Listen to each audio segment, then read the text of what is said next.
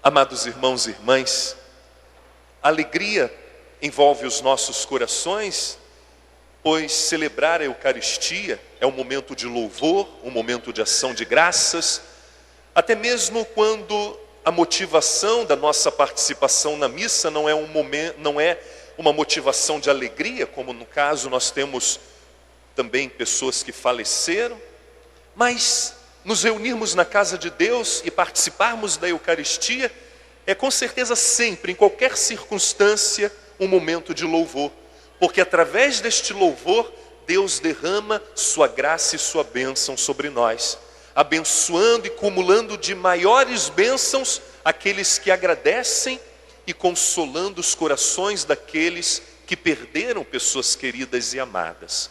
Em cada circunstância, em cada momento da nossa vida, nós percebemos que Deus de alguma forma nos fala. E a palavra de Deus que hoje partilhamos, de modo especial no Evangelho, nós percebemos que Deus tem um plano para cada um de nós.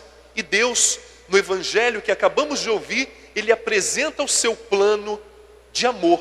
Porque os planos de Deus são sempre planos de amor. E aqueles que aceitam, que seguem os planos de Deus, só tem um caminho.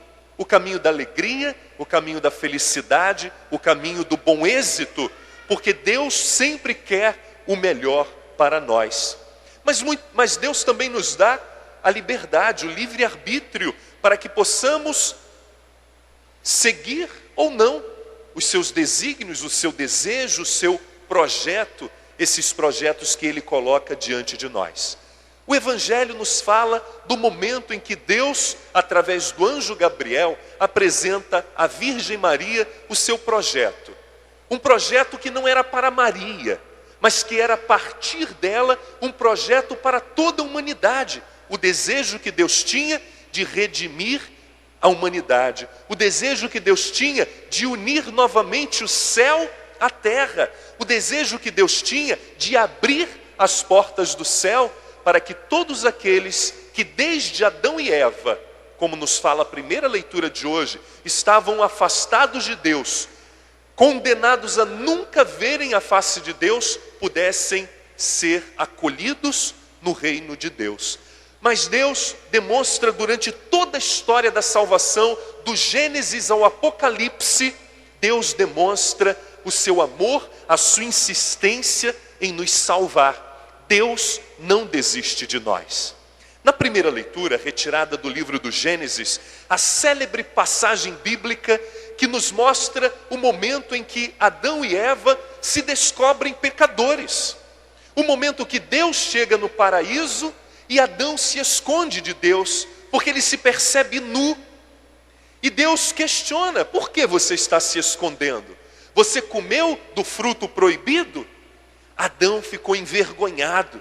E Adão joga imediatamente a culpa para sua esposa Eva. Foi ela que mandou que eu comesse do fruto. Eva imediatamente joga a culpa para a serpente. E logo no início das Sagradas Escrituras nós já percebemos que o ser humano nunca se assume como pecador. Quer sempre buscar meios de se perceber não tão pecador como ele verdadeiramente é. Queremos sempre nos disfarçarmos, queremos sempre parecer melhores do que somos, queremos sempre demonstrar aos outros que não somos tão maus como os outros percebem que somos, ou que talvez verdadeiramente somos. Então nessa célebre frase, nessa célebre passagem do livro do Gênesis, nesse joga-joga de culpas, nós também conseguimos perceber o quanto precisamos nos conscientizar de que precisamos nos converter. Que não podemos mais nos escondermos, mas precisamos nos reconhecer como pecadores e que, como pecadores, eu preciso vencer os meus pecados, porque Deus já deu o primeiro passo. Deus já fez aquilo que era necessário. Deus enviou o seu Filho ao mundo. Hoje, ao celebrarmos a solenidade da Imaculada Conceição de Maria, eu quero recordar a oração, a primeira oração do dia. que diz o seguinte: ó Deus, que preparastes uma digna habitação para o vosso filho. Essa digna habitação é o ventre de Maria. Então Deus preparou uma digna habitação, o ventre de Maria, para o vosso filho. Pela Imaculada Conceição, Maria concebe e gera em seu ventre Jesus sem ter pecado. Então Deus preserva Maria dos pecados para que ela pudesse, a partir do momento em que Deus apresentasse a ela o seu projeto, e se ela dissesse sim, porque ela teve o livre-arbítrio, Deus não obrigou a Virgem Maria a assumir a missão de gerar em seu ventre. O anjo levou a proposta, Maria disse sim, mas poderia também ter dito não, mas ela disse sim, e daqui a pouquinho a gente fala sobre este sim. Mas Deus preparou essa digna habitação pela Imaculada Conceição, preservando Maria de todo o pecado. Para quê? Preservando-a de todo o pecado em previsão dos méritos de Cristo. Então, Maria não foi preservada dos pecados por ela, mas por Cristo, porque Cristo, o próprio Deus, não poderia ser gerado no ventre de uma pecadora. Deus não podia vir ao mundo por um canal impuro. Então Deus escolhe, preserva, cuida e mantém Maria preservada, imaculada, sem qualquer pecado, para que a partir do momento em que ela desse o sim, Deus pudesse colocar em seu ventre o próprio Deus, o Emanuel, o Deus conosco. Festa esta que nós vamos celebrar daqui a pouquinho, dia 25, celebrando o nascimento, a encarnação do Verbo, o Verbo que se faz carne, a vontade de Deus que se faz homem. Por quê? Porque Deus quis se tornar homem como nós, para que nós em nenhum momento pudéssemos nos dirigir a Deus como seres que se sentem massacrados, pobres coitados. Ai, eu sofro muito. Para que nós não disséssemos a Deus: é muito fácil, Senhor Deus, estares sentado no teu trono, olhando para nós aqui na terra, que sofremos, que nos angustiamos, que passamos por dores, que passamos por perseguições, por calúnias, por maus tratos. É muito fácil, Senhor Deus, esperar de nós um comportamento, uma conversão, estando o Senhor no céu. Amados, para que Deus não ouvisse isso, Ele quis se fazer homem, para mostrar que Ele assumiu sobre si os nossos sofrimentos. Ele experimentou a traição, Ele experimentou a rejeição, Ele assumiu sobre si os sofrimentos, os açoites. Ele sentiu-se só, abandonado.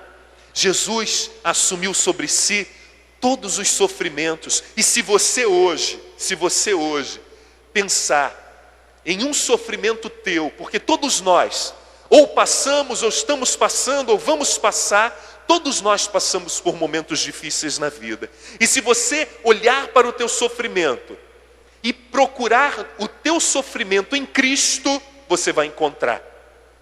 Se você está sofrendo porque você foi traído, Cristo também foi traído. Se você está sofrendo porque você perdeu um ente querido, Cristo também sofreu.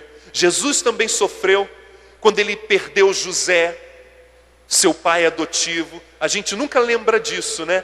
Mas José morreu ainda com Jesus em vida. E com certeza Jesus chorou. Quantas vezes você diz: como é difícil cuidar do meu pai, da minha mãe, do meu sogro, da minha sogra, que está velhinho, doente, trazendo tantos sofrimentos para nós. É insuportável ver uma pessoa que era tão ativa, agora debilitada. Como eu sofro, tendo sobre os meus ombros esse pesado fardo. Amados, Jesus também teve. Ele teve que cuidar de José velho, doente, cansado. todos os nossos sofrimentos podemos encontrar nos sofrimentos de Cristo. Mas no plano de Deus, que é um plano lindo, é um plano de amor, Deus, Ele demonstra, amada família, a sua presença muito próxima de nós. Em cada instante, em qualquer circunstância, Deus se faz presente no meio de nós. E por esse motivo, Ele quis se encarnar. Ele quis ser homem como nós, para que pudéssemos perceber que Ele está unido intimamente conosco. E tudo acontece a partir de um sim. Sim este que a Virgem Maria deu quando o anjo Gabriel apresentou a ela a linda e nobre missão de ser ela a mãe do Salvador. Maria era muito inteligente. Maria, ela conhecia as Sagradas Escrituras. Maria era uma jovem instruída no seu tempo. Maria, imediatamente, ela responde sim. Poderíamos pensar, ela não pensou nas consequências de que este sim poderia trazer a ela. Ela poderia ter sido rejeitada por José, como ele pensou em fazer. Ela poderia ter sido difamada. Ela poderia ter sido apedrejada. Mas apesar de qualquer circunstância, Maria assumiu a missão que Deus propôs a ela. Diante desse sim de Maria, amados irmãos e irmãs, somos convidados a perceber que Deus nos faz inúmeros convites. Deus coloca em nosso coração um chamado. E infelizmente, muitas e muitas vezes, a nossa resposta não é a mesma que Maria deu. A nossa resposta a Deus são sucessivos nãos. Respondemos a Deus não. Deus coloca no meu coração, Deus coloca diante do meu caminho, Deus coloca ao meu redor tantas situações que eu poderia agir e eu sempre me acho a pessoa mais ocupada do mundo. Eu me acho a pessoa mais sobrecarregada da face da terra. E eu não dou a Deus a resposta que Ele espera de mim. Maria deu um sim. E este sim poderia ter trazido a ela consequências desastrosas. Mas quando nós dizemos a Deus sim, Deus está conosco. Deus caminha conosco. Deus nos sustenta. Quando estes 3 casais, há 50 anos atrás, disseram sim um ao outro, olhando um nos olhos do outro e comprometendo-se em amar-se na alegria, na tristeza, na saúde, na doença, eles assumiam para eles uma responsabilidade muito grande, de fazer um ao outro a pessoa mais feliz do mundo. Pedras e espinhos com certeza foram encontrados ao longo destes 50 anos. Não foi tão fácil assim. Mas hoje eles estão aqui para agradecer a Deus. E eu posso falar tranquilamente a eles, porque se eles não se amassem mais, primeira coisa, eles não celebrariam esta missa em ação de graças. Eles não gastariam dinheiro em estar tão bonitos e com seus familiares aqui reunidos. Não é verdade? Que com certeza, como vocês estão tão bonitos, com certeza depois da missa vai ter uma festinha. Se vocês tivessem se arrependido do sim que vocês deram, há 50 anos atrás, vocês não celebrariam hoje esta missa. Amados irmãos e irmãs, quando respondemos sim a Deus, Ele nos acompanha, Ele caminha conosco, Ele nos ilumina, Ele nos sustenta, Ele nos dá sabedoria, Ele acalma o nosso coração, Ele faz de tudo para que o nosso sim seja a cada dia uma alegria para nós, mesmo em meio a sofrimentos. Mesmo em meio a sofrimentos. O sim que eu dei, o sim que as irmãs deram, o sim que estes 3 casais deram, o sim que cada um de vocês já deram a Deus, em algum momento da vida de vocês, eu tenho certeza que vocês, por mais dificuldades que tenham enfrentado ou estão enfrentando, este sim traz alegria e satisfação aos vossos corações. Então, amados irmãos e irmãs, dentro desta celebração, muitos pontos, né, o padre foi aqui ressaltando para a nossa reflexão. Mas vamos perceber que Deus nos apresenta propostas. Não sejamos duros de coração. Respondamos sim. Confiemos em Deus.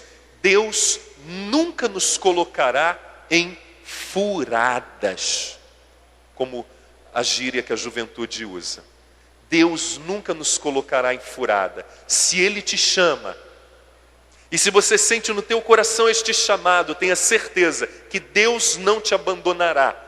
Você poderá até enfrentar desafios e provações, mas Deus estará com você e você vai alcançar o sucesso, a vitória, porque Deus estará a cada instante, a cada passo, Deus estará com você.